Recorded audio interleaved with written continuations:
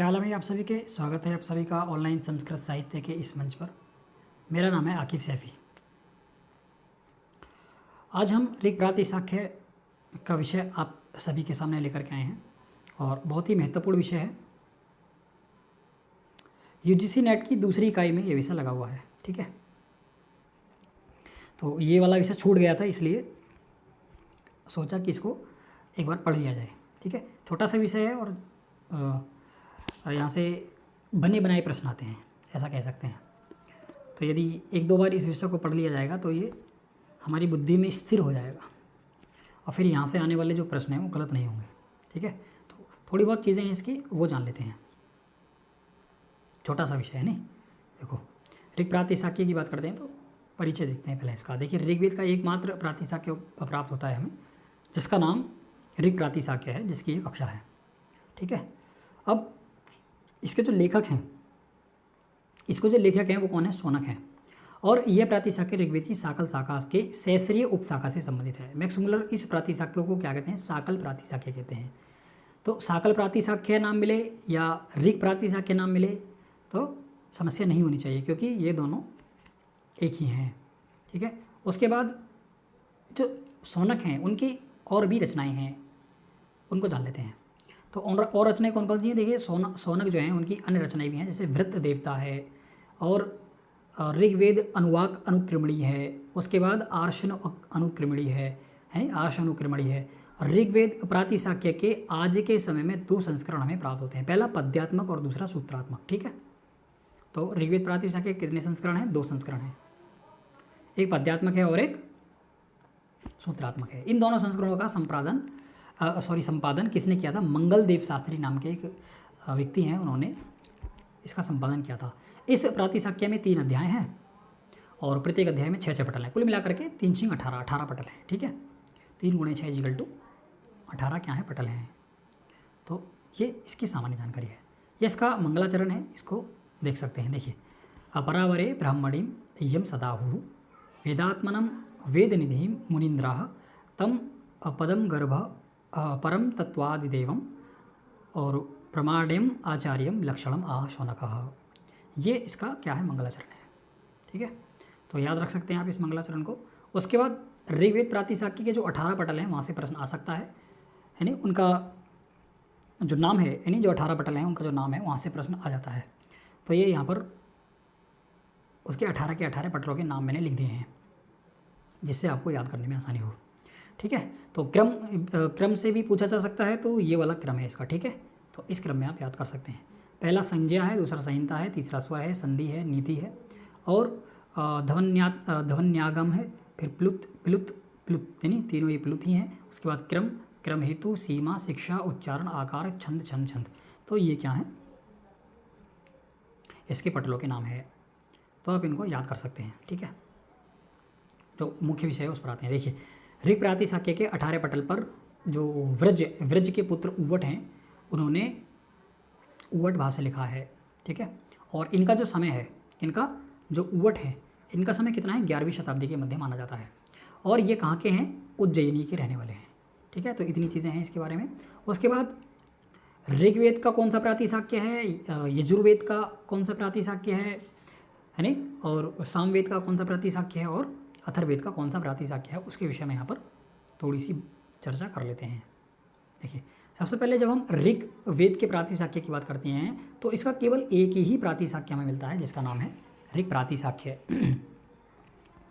और इस पर मैंने आपको बताया कि उव्वट का भाष्य मिलता है और एक विष्णु नाम के एक विद्वान हुए हैं, उन्होंने एक वृत्ति लिखी थी इस पर, ठीक है। तो ये 2 टिप्पण हमें मिलते हैं या 2 टीकाएँ हमें मिलती हैं, ठीक है। एक भाष्य है और एक वृत्ति है।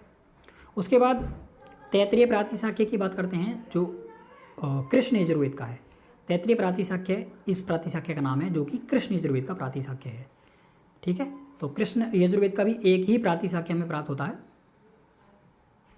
जिसका नाम क्या है? तैत्तिरीय प्रातिशाख्य, ठीक है। तो कृष्ण यजुर्वेद की एक शाखा तैत्तिरीय शाखा भी है, तो उससे भी हम पता लगा सकते हैं कि ये किसका है, ये तैत्तिरीय प्रातिशाख्य किसका है? कृष्ण यजुर्वेद का है। इस पर भाष्य मिलता है हमें, और भाष्यकार जो हैं वो कौन है? वो है, देखिए, वो हैं महर्षेय और पदक्रम सदन। अच्छा, महिषेय पदक्रम सदन भाष्य हमें मिलता है, पहला भाष्य है ये। और दूसरा किसका है ये? सोमाचार्य हैं, सोमाचार्य हैं या सोमायार्य हैं, सोमार्य है नी, चलिए जो भी हैं सोमार्य हैं ये। और इन्होंने लिखा है त्रिभाष्य रत्न भाष्य। और उसके बाद कौन है? गोपाल यज्वा जी हैं, इन्होंने वैदिकाभरण भाष्य इस पर लिखा है। किस पर? कृष्ण यजुर्वेद पर। तो सॉरी, कृष्ण यजुर्वेद पर नहीं है ये, किस पर है? कृष्ण यजुर्वेद का एक प्रातिशाख्य ग्रंथ है जिसका नाम तैत्रीय प्रातिशाख्य है, और इस पर हमें ये वाला भाष्य मिलता है। ठीक है, तो ये 3 भाष्य हैं यहाँ पर, ये पहला है, ये दूसरा है और ये तीसरा है, आप इनको देख सकते हैं। ठीक है, उसके बाद शुक्ल यजुर्वेद के प्रातिशाख्य की बात करते हैं। तो शुक्ल यजुर्वेद का एक ही प्रातिशाख्य हमें दिखता है यहाँ पर, वाजसनेय प्रातिशाख्य है। क्या नाम है इसका? वाजसनेय प्रातिशाख्य। भाई शुक्ल यजुर्वेद की एक शाखा हमने वाजसनेय शाखा भी देखी थी, तो उससे भी हम पता लगा सकते हैं कि ये वाजसनेय प्रातिशाख्य किस वेद से है, तो शुक्ल यजुर्वेद से है। ठीक है, और इस पर हमें भाष्य मिलता है उव्वट का, जिसका नाम है मात्र वेद नामक भाष्य है। और दूसरा अनंत भट्ट का है, इसका नाम क्या है? इसका नाम है पदार्थ प्रकाशक नामक भाष्य। ठीक है, पदार्थ प्रकाशक नामक भाष्य। उसके बाद क्या बचता है हमारा? सामवेद।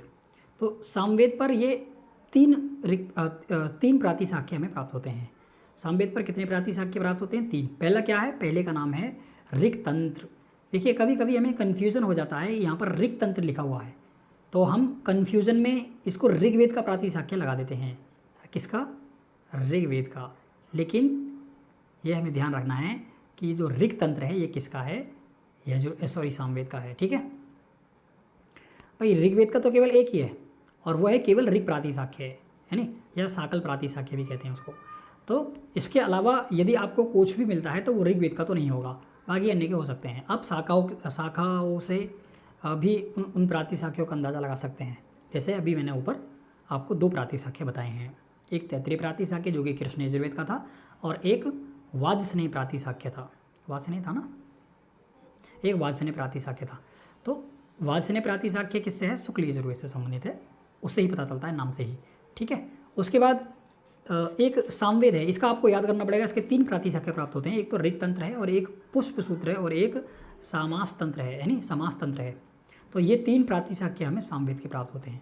इस पर ये हमें भाष्य मिल जाते हैं, जैसे पुष्प सूत्र प्रातिशाख्य। अच्छा हाँ ठीक है, ये जो पुष्प सूत्र प्रातिशाख्य, भाष्य नहीं है इस पर, मुझे लगता है इन पर कोई भाष्य वगैरह नहीं होंगे, तो यहाँ पर लिखे हुए तो नहीं है। तो ये जो देखिए, ये जो पुष्प सूत्र है प्रातिशाख्य, इसके विषय में बता रहे हैं कि इसके जो प्रेरणा हैं वो कौन है? पुष्प ऋषि हैं। ठीक है, और पुष्प सूत्र पर देखिए, पुष्प सूत्र पर अजात शत्रु की एक व्याख्या हमें मिलती है। ठीक है, उसके बाद जो ऋग तंत्र प्रातिशाख्य है, यह सामवेद की कौथुम शाखा का प्रातिशाख्य कहा गया है। ठीक है, तो सामवेद की एक कौथुम शाखा भी है, तो उसका प्रातिशाख्य है। उसके बाद अथर्ववेद का प्रातिशाख्य की बात करते हैं, तो अथर्ववेद का एक ही प्रातिशाख्य हमें प्राप्त होता है, जिसका नाम क्या है? अथर्ववेद प्रातिशाख्य है। ठीक है, तो नाम से ही पता चल जाएगा। अब देखो, शौनकीय चतुराध्यायी का शौनक, इसका इंग्लिश अनुवाद देखिए, अनुवाद के सहित संस्करण डॉक्टर हिडनी ने प्रकाशित किया है यानी, तो ये इसका क्या है? दूसरा प्रकाशन है यहाँ पर इसका। देखिए, शौनकीय चतुराध्यायी का नाम से ये जो अथर्ववेद प्रातिशाख्य है ये प्रकाशित किया है।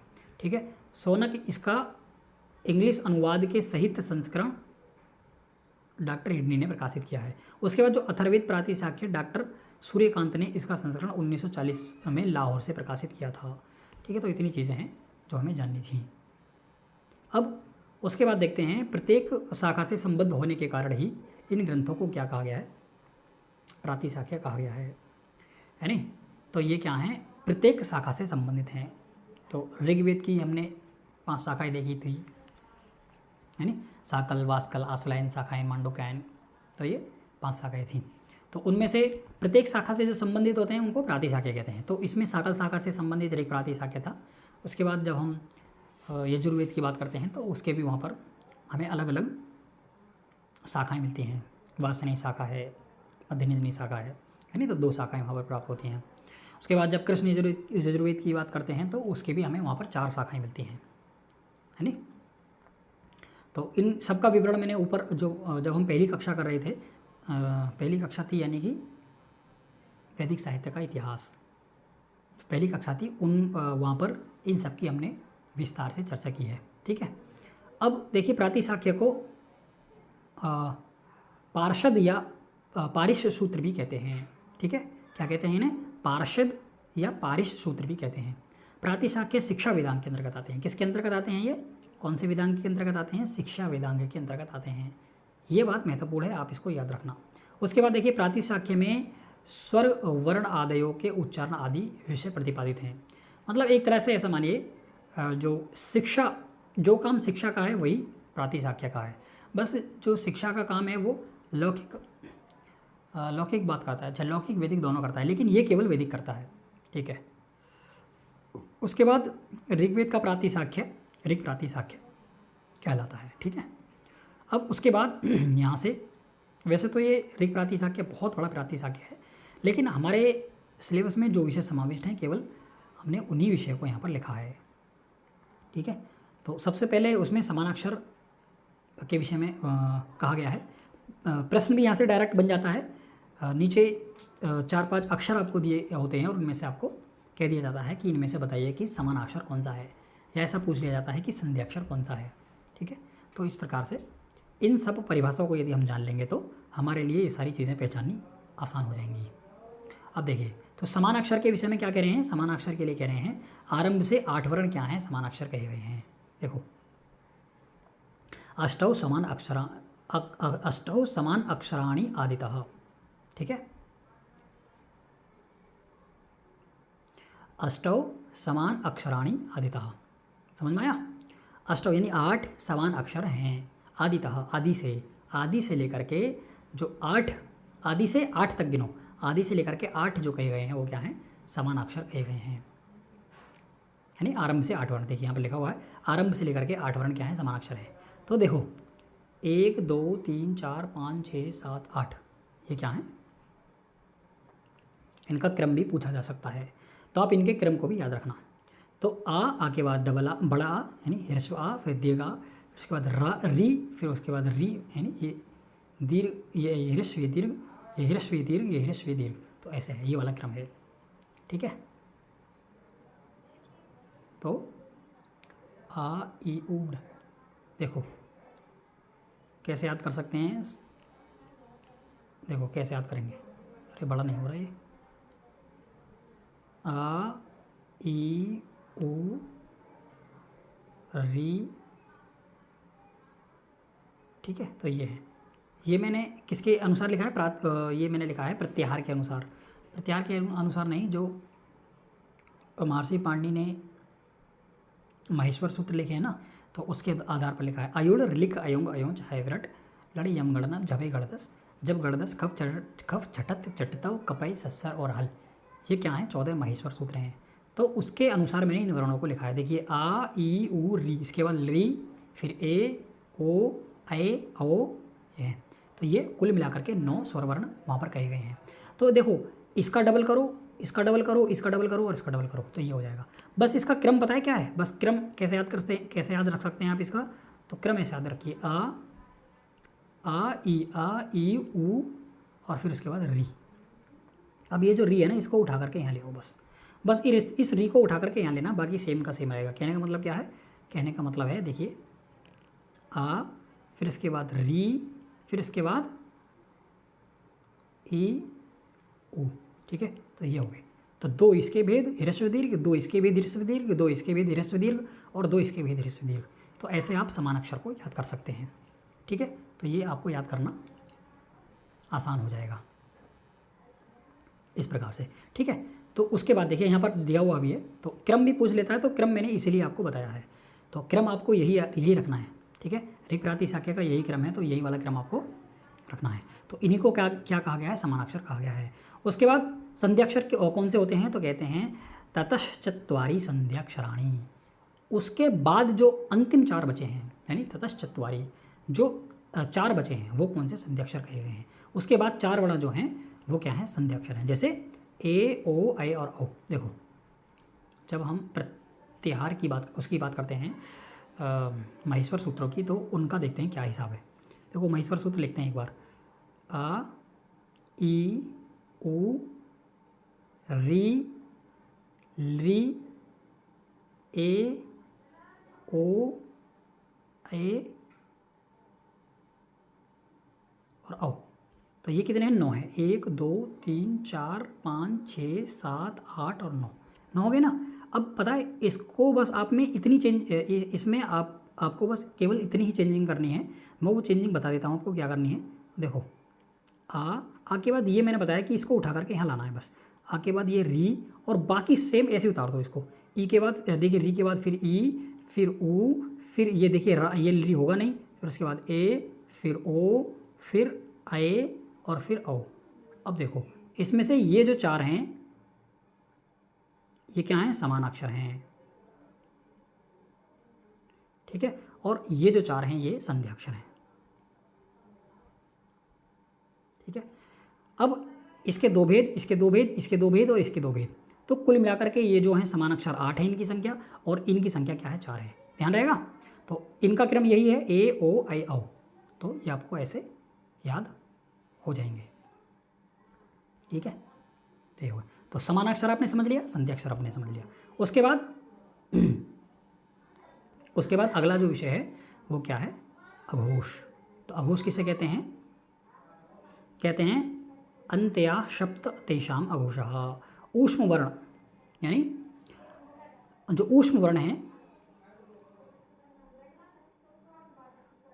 उनके अंतिम 7 वर्ण जो हैं, ऊष्म वर्ण के जो अंतिम 7 वर्ण हैं उनको अघोष कहा गया है। तो ऊष्म वर्ण कौन कौन से हैं? देखिए ऋग प्रातिपदिक वाक्य में ऊष्म वर्ण कौन कौन से हैं?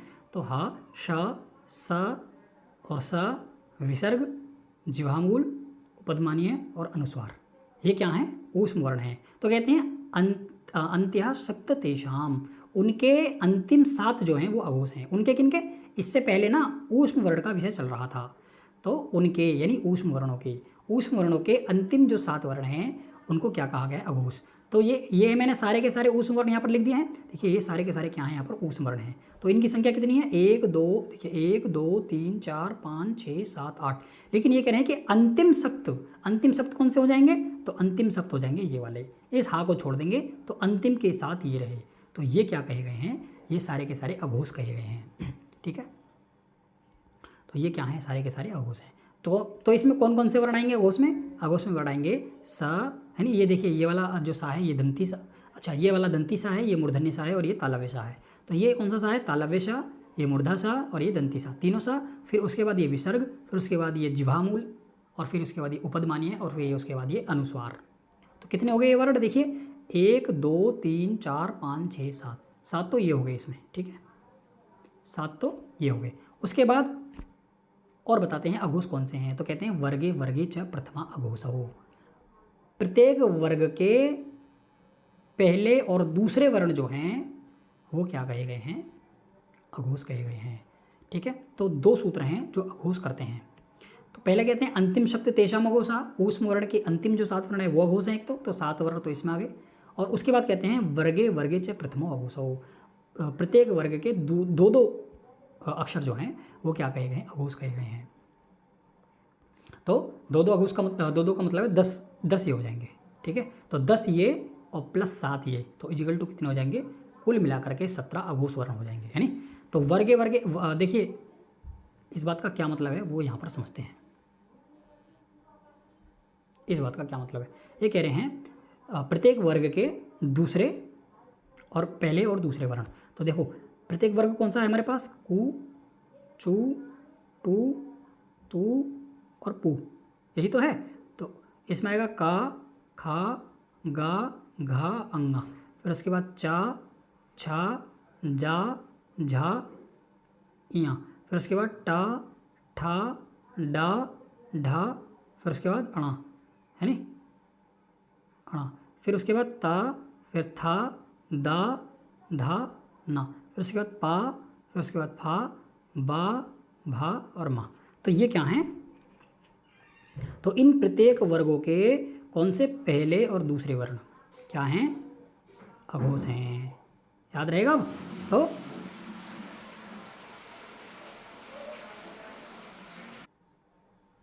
समझ में आया कौन से अघोष हैं? देखो ये रहे, देखिए प्रत्येक वर्ग के दूसरे, का और खा पहले वर्ग के हो गए, चा और छा ये दूसरे वर्ग के हो गए, टा और ठा ये तीसरे वर्ग के हो गए, ता और था ये चौथे वर्ग के हो गए, और पा और फा ये कौन से वर्ग के हो गए? पाँचवें वर्ग के हो गए। तो पाँच यानी 10 ये और 7 ऊपर, यानी ऊष्म वर्ण के अंतिम 7 जो हैं, तो 10 और 7 17, तो 17 वर्ण ये हो गए। इस प्रकार से ये जो 17 वर्ण हैं ये क्या कहे गए हैं? अघोष कहे गए हैं। याद रहेगा? देखो शॉर्ट कैसे तरीका इनको याद करने का क्या तरीका है? तो इनको याद करने के लिए आप इस वाली लाइन को याद कर सकते हैं। देखिए इस वाली लाइन को आप याद कर सकते हैं। कैसे? खर, खर के बाद फिर जीवामूल, उपदमानीय और अनुस्वार। ठीक है, खर प्रत्याहार के अंतर्गत कितने वर्ण आएंगे भाई? खापा छटाता कापा स श, यानी स श श। तो देखिए मैं लिख कर के दिखा देता हूँ आपको। खर प्रत्याहार के अंतर्गत वर्ण आते हैं हमारे ख, एक मिनट, ख फ छ ठ थ च ट त क प, फिर उसके बाद श स स सर। ठीक है, तो ये कितने हो गए? देखिए 1 2 3 4 5 6 7 8 9 10। ठीक है, 10 तो ये वाले हो गए, यानी 10 तो ये हो गए। और उसके बाद श स 10 और 3 13,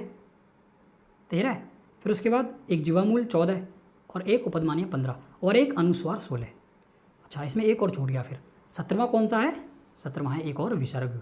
तो यहाँ पर लिख लेना भाई, ये यहाँ पर एक और लिख लेना ऐसा करके कोष्टक में ना ऐसे लिखना खर। देखिए यहाँ पर लिखना आप खर, लाइन में दोबारा लिखवाता हूँ, ये वाली लाइन देखिए फिर से लिख ले, खर प्लस जीवामूल प्लस उपदमानीय प्लस अनुस्वार प्लस विसर्ग। ठीक है, तो ये सारे के सारे वर्ण क्या कहे गए हैं? ये सारे के सारे वर्ण अघोष हैं। याद रहेगा? उसके बाद अगला जो विषय आता है सौष्म वर्ण का आता है। तो सौष्म वर्ण किसे कहते हैं? युग्मौ श्वासमाणौ। ठीक है, युग्मौ श्वासमाणौ। सभी वर्गों के दूसरे और चौथे वर्ण क्या हैं? सौष्म हैं। 24 वर्ण ऐसे मानो। इसके लिए याद करने के लिए क्या कर सकते हैं? इसके लिए कह सकते हैं कि 24 क्या हैं? सौष्म हैं। 24 क्या हैं? सौष्म है। 24 सौष्म का क्या मतलब है? 24 सौष्म का मतलब है, देखिए सभी वर्गों के दूसरे और चौथे वर्ण। देखो फिर से बनाते हैं इसका हिसाब। का,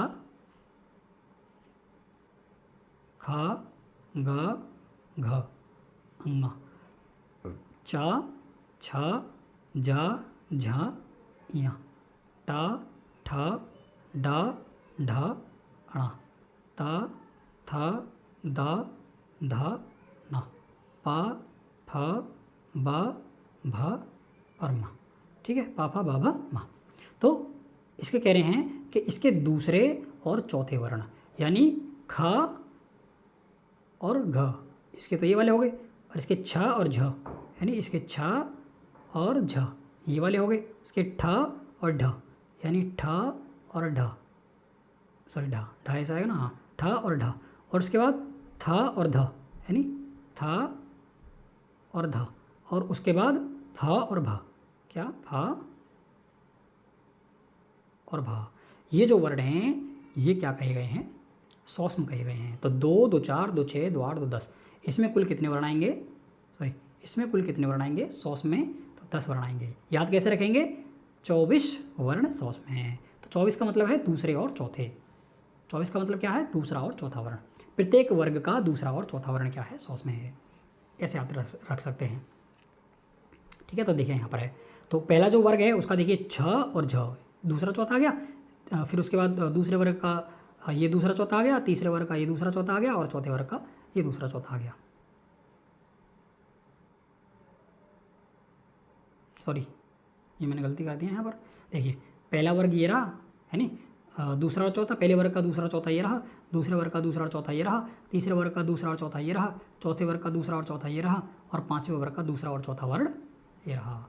तो इस प्रकार से ये कुल मिलाकर के 10 वर्ण क्या हैं? सौष्म कहे गए हैं। समझ में आ रहा है? ठीक है। उसके बाद देखते हैं स्वर भक्ति। स्वर भक्ति किसे कहते हैं, तो इसको समझते हैं। देखिए, स्वर के साथ रहने वाले रा और ला पूर्व भाग में स्थित स्वर यानी अक्षर के अंग होते हैं।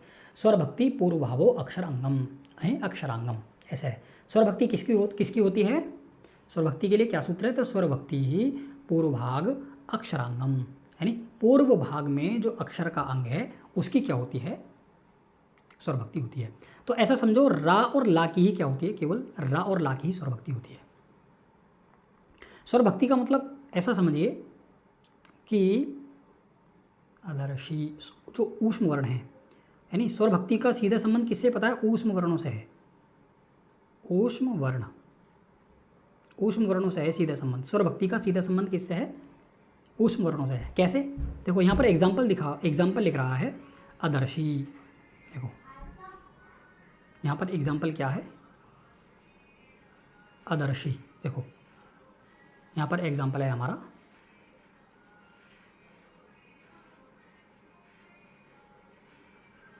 आदर्शी। जब मैं इसको तोड़ता हूँ तो देखो यहाँ पर कितने अक्षर हैं, एक आ है, फिर उसके बाद ये दा है, दा से हा अलग किया, फिर यहाँ पर आ है, फिर उसके बाद आ से आद, आदर यानी द र, फिर उसके बाद रा है, फिर उसके बाद क्या है अदर, फिर शाह है, और फिर उसके बाद क्या है, फिर उसके बाद ई है। इस आ से इस हलंत को हटाओ, यहाँ पर लगाओ और इसको अलग कर दो, फिर ये क्या है अच्छा ये चित्र नहीं हटेगा यहाँ से, ठीक है। तो ये देखो मैं थोड़ा सा साइड में हो जाता हूँ, तो ये है, देखो इसमें इतने वर्ण हैं। अब देखो स्वर भक्ति क्या होती है उसको समझते हैं। देखो स्वर भक्ति का सीधा संबंध किससे है, इन ऊष्म वर्णों से है। ऊष्म वर्ण कौन कौन से हमारे, सा, देखिए सा, श, सा और हा, ये जो क्या हैं ये हमारे ऊष्म वर्ण कहे हुए हैं। स्वर भक्ति का सीधा संबंध इन चारों वर्णों से है। तो देखो आपको इसमें कहीं ऊष्म वर्ण दिख रहा है, ऊष्म वर्ण ये रहा, है ना, ऊष्म वर्ण रहेगा। अब ये देख लो कि इसके तुरंत पहले या तो रा या तो ला में से कोई एक वर्ण होना चाहिए। तो हमें दिख गया, हाँ ठीक है रा है, ठीक है ये रा हो गया। अब इसके यदि तुरंत एक वर्ण और पहले यदि कोई स्वर वर्ण आ गया ना, तो ये जो रा है ये क्या करेगा, स्वर भक्ति करेगा, यानी इसकी भक्ति करेगा, और भक्ति करके ये रा की मुंडी पर चढ़ करके बैठ जाएगा, ऐसे आदर्शी ऐसे बन जाएगा, है नहीं। तो देखिए वहाँ यहीं पर ये क्या कहा गया, इस प्रकार से है, देखिए आदर्शी, है नहीं। तो ये क्या करता है, स्वर भक्ति करता है। तो ऊष्म वर्ण क्या कंडीशन है इसकी, स्वर भक्ति की देखिए क्या कंडीशन है, कंडीशन ये है कि ऊष्म वर्ण होना चाहिए, यानी पूरे अक्षर में देखिए कहीं ऊष्म वर्ण है या नहीं है। तो ऊष्म वर्ण यदि आपको दिख जाता है तो फिर उसके तुरंत बाद देखिए रा और ला में से कोई एक वर्ण है या नहीं है। यदि आपको रा और ला में से कोई एक वर्ण दिख जाता है तो फिर आपकी अगली नज़र होनी चाहिए कि इससे अगला कोई स्वर वर्ण है या नहीं है, चाहे वो स्वर वर्ण ई हो, ऊ हो, री हो, कोई भी हो, लेकिन स्वर वर्ण होना चाहिए। तो ये हो गया आदर्शी, है नी। फिर ये जो रा है ये इस स्वर की भक्ति करता है और इस रा पर चढ़ करके, इसकी जो मुंडी पर चढ़ करके बैठ जाता है, ठीक है। तो ये होती है स्वर भक्ति, ऐसे समझ में आया। इसको कहाँ से मिटाएंगे भाई, सबको ये स्वर भक्ति समझ में आई। तो स्वर भक्ति मुख्य रूप से किसकी होती है, रा और ला की होती है। और इसमें कौन कौन से वर्ण भूमिका निभाते हैं, तो ऊष्म वर्ण, ठीक है। कौन से हैं, कौन से हैं, ऊष्म वर्ण। तो ये है ऊष्म वर्ण। हाँ भाई, स्वर भक्ति समझ में आई आप सभी को। देखो स्वर भक्ति किसकी होती है, रा और ला की। अभी क्या हमने एग्जाम्पल देखा था आदर्शी, ठीक है, आदर्शी, ये हमने क्या देखा था, एग्जाम्पल देखा था। अब ये जो स्वर भक्ति होती है ना, ये दो प्रकार की होती है। पहली जो स्वर भक्ति होती है वो होती है ह्रस्व स्वर भक्ति, यानी ह्रस्व स्वर भक्ति। और दूसरी जो स्वर भक्ति होती है वो होती है दीर्घ स्वर भक्ति, यानी दीर्घ स्वर भक्ति। तो ये जो दीर्घ स्वर भक्ति है ये आधी मात्रा की होती है, और ये जो ह्रस्व स्वर भक्ति होती है ये आधी की भी आधी मात्रा की होती है। तो ये कैसे होती हैं दोनों, आधी की और आधी की। देखिए ये आधी मात्रा की कैसे होती है, और ये आधी की भी आधी मात्रा की, यानी 1/4 मात्रा की कैसे होती है, उसको समझते हैं। देखिए यहाँ पर अगला सूत्र दिया हुआ है, दाघ्रीयसी सार्ध मात्रा, यानी जो दीर्घ स्वर भक्ति है वह कैसी है, आधी मात्रा वाली है। जैसे पृथ्वी आदर्शी, अभी जो हमने एग्जाम्पल देखा था ना वो आधी मात्रा वाला था, ठीक है, देखो फिर से देखते हैं। ह्रस्व स्वर भक्ति दीर्घ स्वर भक्ति समझते हैं। हमने एग्जाम्पल क्या देखा था, अदर्शी।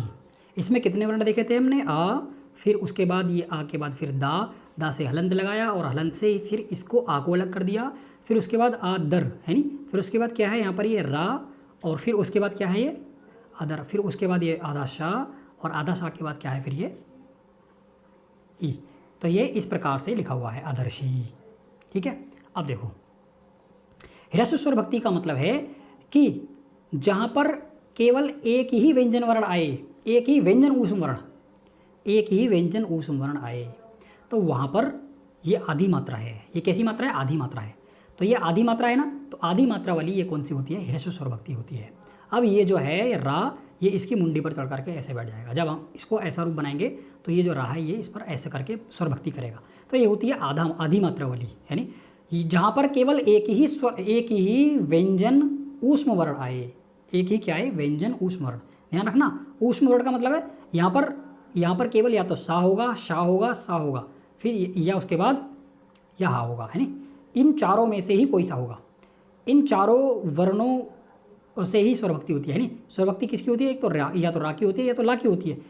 इन स्वर वर्णों के तुरंत पहले यहाँ पर ऊष्म वर्णों में से कोई सा भी वर्ण आ सकता है। ऊष्म वर्ण यहाँ पर देखना है सबसे पहले।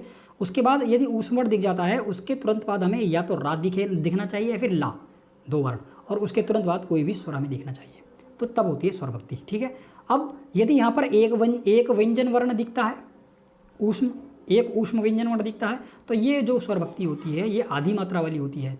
और यहाँ पर यदि हमें दो व्यंजन वर्ण एक साथ दिख जाएं, दो व्यंजन वर्ण एक साथ दिख जाएं, तो वो कौन सी स्वरभक्ति होती है, वो ह्रस्व स्वरभक्ति होती है। और उसका एग्जाम्पल हमें यहाँ पर दिख जाएगा। देखिए ये दो एग्जाम्पल बताए हैं इन्होंने, जैसे कर ही, है नी। तो देखिए ऊष्म वर्ण है कि नहीं है, ऊष्म वर्ण है, उसके तुरंत पहले क्या है, देखिए कर ही को समझते हैं। देखो ये जो कर ही है इसको समझते हैं, ये का है, फिर उसके बाद क्या है कर, फिर उसके बाद ये रा है, फिर उसके बाद हा है, और उसके बाद क्या है ये ई है। ऐसा ही तो है, ये कर ही ऐसे लिखा हुआ है। तो देखिए ये रहा ऊष्म वर्ण और ये रहा क्या, ये रा और ला में से कुछ, है नी। तो ये रहा रा और ला में से कुछ। तो अब ये जो रा है ये इस हा पर चढ़ करके ऐसे बैठ जाएगा, तो ये हो जाएगा कर ही, इस प्रकार का रूप हो जाएगा। अब ये या तो हा सिंगल हो, अगर यहाँ पर ये हा सिंगल होगा, यानी ये जो ऊष्म वर्ण है सिंगल होगा, तो ये कौन सी स्वरभक्ति होगी, दीर्घ स्वरभक्ति होगी। लेकिन अगर यहाँ पर ये हा डबल होता ना, तो ये कौन सी स्वरभक्ति होती, ह्रस्व स्वरभक्ति होती। देखो एक एग्जाम्पल हमें ह्रस्व स्वरभक्ति का यहाँ पर भी मिलता, दीर्घ स्वरभक्ति का यहाँ भी मिलता है, जैसे आष्टि शेरण और वार्षायन। ठीक है, तो ये रहा, देखिए ये रहा ऊष्म वर्ण, ये रहा रा और ये रहा ई। ठीक है, तो ये हो गया। उसके बाद दीर्घ स्वरभक्ति कहाँ पर है, ह्रस्व स्वरभक्ति कौन सी है, ह्रस्व स्वरभक्ति है ये वाली, आष्टि सेन। यहाँ पर आपको दो व्यंजन वर्ण मिलने चाहिए, दो व्यंजन ऊष्म वर्ण। यदि आपको यहाँ पर दो व्यंजन ऊष्म वर्ण मिलेंगे, तो वहाँ पर समझना है कि यहाँ पर कौन सी स्वरभक्ति है, ह्रस्व स्वरभक्ति है। देखो एग्जाम्पल क्या दिया है, यहाँ पर एग्जाम्पल दिया है आष्टि सेण। ठीक है, इसको तोड़ते हैं, नहीं यहाँ से दोनों व्यंजन वर्णों को देखते हैं। देखो चलो इसको समझने का प्रयास करते हैं। देखो यहाँ पर एग्जाम्पल क्या दिया है, हमें बड़ा कर लेते हैं। देखो हमें एग्जाम्पल दिया है आरटी सेण। ठीक है, आरटी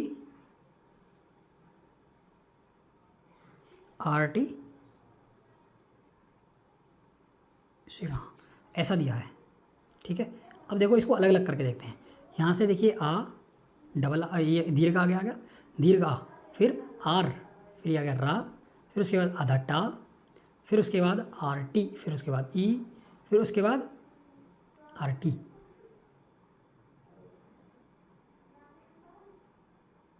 RT,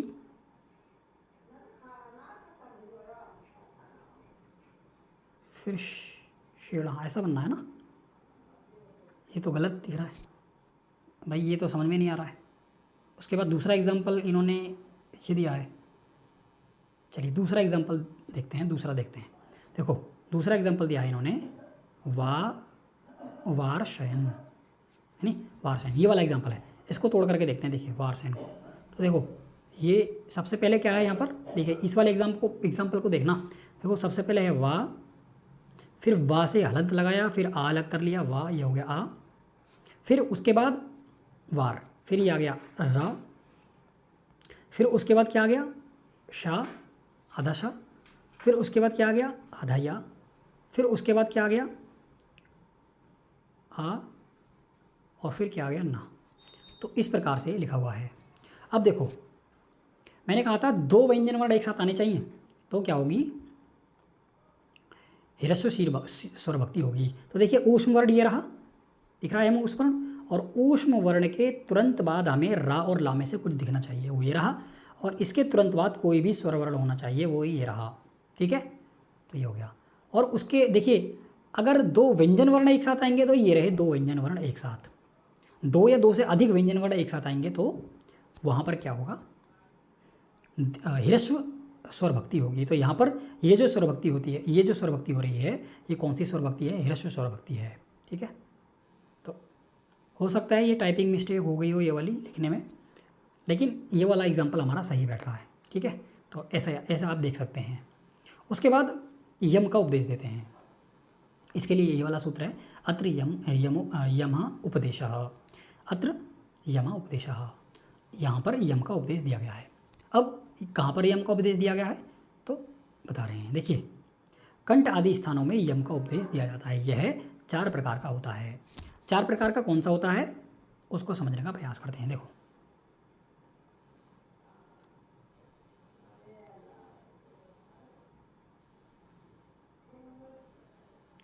अच्छा यहाँ पर लिखा हुआ है, इसी को देख लेते हैं। देखिए कवर्ग ये रहा, देखिए इसको यहाँ लगाओ। ठीक है, अब समझते हैं। देखो ये हो गया हमारा कवर्ग, ठीक है, इसको यहाँ लगाओ। ये हो गया हमारा नहीं क छ, ऐसे देखो, ऐसे देखते हैं। ये हो गया हमारा कवर्ग, ये हो गया हमारा चवर्ग, ये हो गया हमारा टवर्ग, ये हो गया तवर्ग, ये होगा पवर्ग। ठीक है, तो ये 5 वर्ग हैं, 1 2 3 4 5। अब 5 वर्ग हैं तो ये इसमें कुल मिलाकर के कितने वर्ण बैठेंगे, 20 वर्ण। इसमें जो अनुनासिक वर्ण हैं, यमा गणा ना, यमा गणा ना, यानी काका गंगा का अंगा, चाचा चाचा का इया, देखिए काका गंगा का अंगा, इसका अंगा, इसका इया, चाचा चाचा इया, फिर इसका टाटा डाना, फिर इसका ताता ताता ना, फिर इसका पापा पापा। ये वाले जो वर्ण हैं इनको यहाँ से हटा दिया गया है, मतलब ये वाले वर्ण इसमें नहीं है। कौन कौन से वर्ण हैं, कू, देखिए क, कू चौ टौ पौ, ऐसे है क चौ टौ पौ। कहीं कहीं पर हमें कू भी मिलता है, कू चू टू तू पू, ऐसा भी मिलता है और ऐसा भी मिलता है। देखो कौन कौन से वर्ण आएंगे इसमें, एक आएंगे अघोष अल्प प्राण, इसमें आएंगे कू चू टू, देखिए क च ट पौ, और अघोष महाप्राण में आएंगे ख छ ठ थ फ। देखिए ये आपको जो मिस्टेक दिख रही है ना, इनको सही कर लेना। यहाँ पर ये चंद्रबिंदी है, इस सब में चंद्रबिंदी लग रही होगी, ठीक है, जिसमें ना लग रही है उसमें लगा लेना। इसमें नहीं है इसमें लगा लो, इसमें नहीं है इसमें लगा लो, इसमें नहीं है इसमें लगा लो, और इसमें नहीं है इसमें लगा लो, और इसमें भी नहीं है इसमें लगा लो, इसमें भी नहीं है इसमें लगा लो। ठीक है, तो ये है, इस प्रकार से बना लो इनको। तो ये है, तो देखो इसमें आएंगे कौन कौन से वर्ण, अघोष अल्पप्राण, अघोष महाप्राण, सघोष अल्पप्राण और सघोष महाप्राण, यानी कुल मिलाकर के 20 वर्ण। अंतिम वाले वर्णों को छोड़ दो, जो कवर्ग है ना, कवर्ग चवर्ग टवर्ग तवर्ग और पवर्ग, ये जो हैं 5 वर्ग, इनके जो अंतिम वर्ण हैं उनको छोड़ दो और उन पर ये चंद्रबिंदी लगा दो सब पर, तो ये कुल मिलाकर के 20 वर्ण हो जाएंगे। भाई उसमें 25 स्पर्श है ना, 25 वर्ण स्पर्श कहे गए हैं, तो उसमें से जो क ख ग घ हैं इन 5 को यदि हटा देंगे तो कुल मिलाकर के कितने वर्ण हो जाएंगे, 20 वर्ण। तो ऐसे आप इनको याद रख सकते हैं। ठीक है, तो ये यम कहे गए हैं। फिर उसके बाद रक्त संज्ञक किसको कहा गया है, अनुनासिक वर्ण जो होते हैं, अनुनासिक वर्णों को रक्त संज्ञक कहा गया है। जैसे य म, देखिए य म एक फिर से देखेंगे।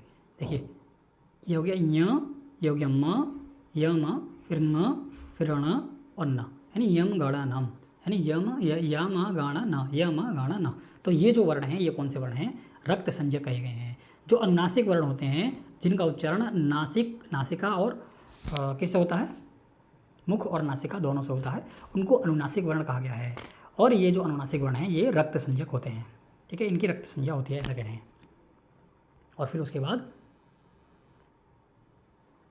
संयोगः तो व्यंजन सन्निपातः, व्यंजन वर्णों का मेल संयोग कहलाता है। व्यंजन वर्णों का मतलब है कि दो व्यंजन एक साथ जब आ जाते हैं तो उनको वहाँ पर क्या कहते हैं कि भाई यहाँ पर संयोग हो गया है। जैसे दो व्यंजन वर्ण यदि आपको एक साथ दिख जाए ना, देखिए यहाँ पर है कहीं दो व्यंजन वर्ण, हाँ देखिए ये दो व्यंजन वर्ण हैं यहाँ पर आपको दो व्यंजन वर्ण दिख रहे होंगे ये वाले। देखिए दो व्यंजन वर्ण आपको आधा सा, देखिए दो व्यंजन वर्ण आपको यहाँ पर दिख रहे होंगे। तो इन दो जगह पर आपको दो व्यंजन वर्ण दिख रहे हैं, तो हम यहाँ पर कह सकते हैं कि यहाँ पर क्या है? संयोग है। दो व्यंजन वर्ण दिख जाएं आप एक साथ, और या दो से अधिक व्यंजन वर्ण एक साथ दिख जाएं, यानी या तो ऐसे हो खा ख क, यानी इस प्रकार से हो, का इस प्रकार से हो, चा इस प्रकार से हो, मतलब कहीं भी आपको दो व्यंजन वर्ण एक साथ दिखने चाहिए। और अर्थवान शब्द होना चाहिए, ऐसा नहीं कि कुछ भी लिख दिया, अर्थवान कोई ना कोई शब्द हो और उसमें दो व्यंजन वर्ण यदि आपको एक साथ दिख जाते हैं तो उसको संयोग कहा गया है, ठीक है, यह है इसका मतलब। फिर ओकार किसको कहते हैं? ओकार तो संबोधन के अंत में स्थित ओकार जो होता है वो प्रज्ञ कहलाता है। संबोधन के अंत में देखिए ओकार आमंत्रिजः प्रज्ञम, यानी संबोधन के अंत में स्थित जो ओकार है वह क्या होता है? प्रज्ञ कहलाता है। जैसे भानव, ये जो ओकार है ये क्या है? प्रज्ञ है, ठीक है। विष्णु इत्यादि ये जो हैं ओकार हैं, और ये जो ओकार हैं कैसे हैं? प्रज्ञ हैं।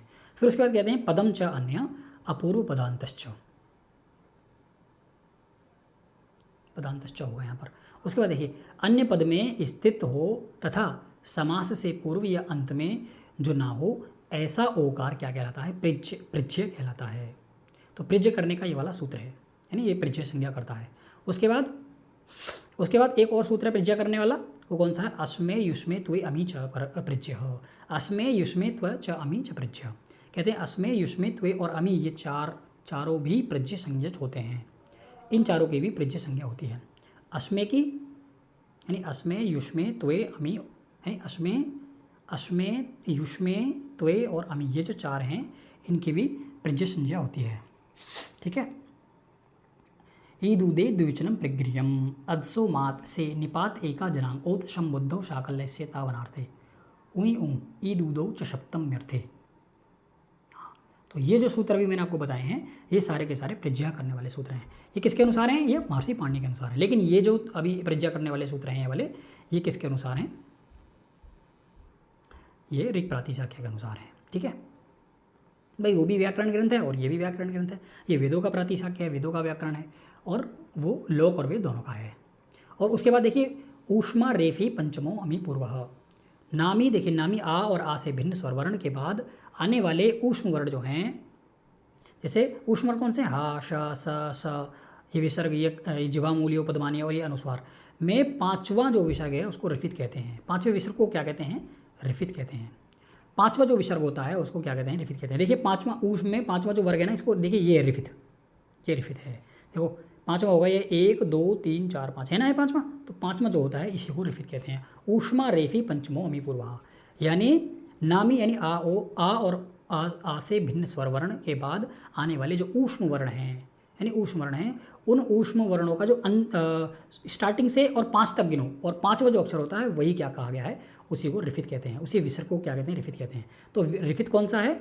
ये वाला वर्ण, केवल ये वाला वर्ण क्या है? रिफित है, ठीक है। तो ये हो गया। उसके बाद कहते हैं,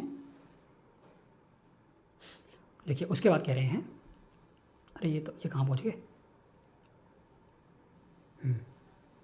देखिए उसके बाद कह रहे हैं महो अपोहो वर्ज्यमितरो यथोक्तम, अर्थात महा, देखिए ये जो ओ है ये विसर्ग है, ये जो ओ है ये क्या है? विसर्ग है।